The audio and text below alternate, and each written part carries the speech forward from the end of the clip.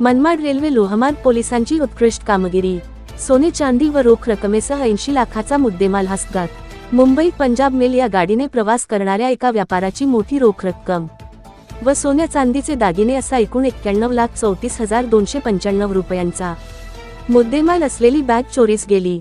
या प्रकरणात मुंबई लोहमार्ग पोलीस ठाण्यात गुन्हा दाखल करण्यात आला।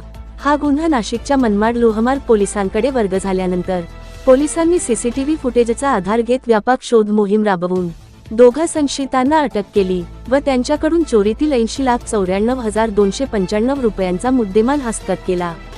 या गुन्ह्यातील दोघा आरोपींना 3 दिवस पोलीस कस्टडी देण्यात आली असून एक फरार आरोपी राजू परिहार याचा पोलीस कसून शोध घेत आहे।